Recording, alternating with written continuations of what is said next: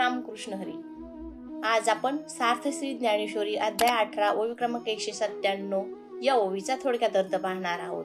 ओवी अशी आहे, तैसा सकारण क्रिया हरपती धनंजया, तो कर्म त्यागू ए जया मोक्ष फळासी। या ओवीचा थोडक्यात अर्थ असा आहे की ज्याप्रमाणे आपण केलेल्या कर्माचा किंवा त्याच्या फळाचा त्याग केला असता निश्चितच तो पुरुष मोक्ष प्राप्तीस पात्र होतो, परंतु सुरुवातीला कर्मत्याग करणं कठीण गोष्ट आहे। ज्याप्रमाणे सुरुवातीला एखादा कडुलिंबाचा पाला खात असतो त्यावेळेस त्याला तो पाला अत्यंत कडू लागतो, परंतु हळूहळू त्याची सवय झाल्यानंतर त्याचा कडूपणा कमी होतो।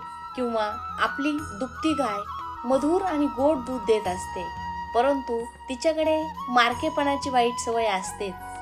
किंवा गुलाब हा दिसायला अतिशय सुंदर आणि मोहक असला तरी त्याच्या खाली काटेही असतातच।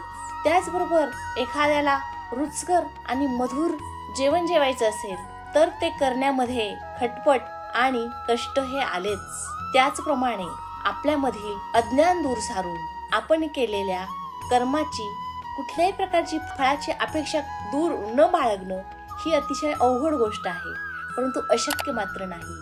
ती हळूहळू त्याची सवय झाल्यानंतर आपण केलेल्या कर्माचा त्याग करून निश्चितच आत्मज्ञानापर्यंत पोहोचतो आणि हे आत्मज्ञान मोक्ष निश्चितच त्या जीवास मोक्ष प्राप्त करून देते। जय जय रामकृष्ण हरी।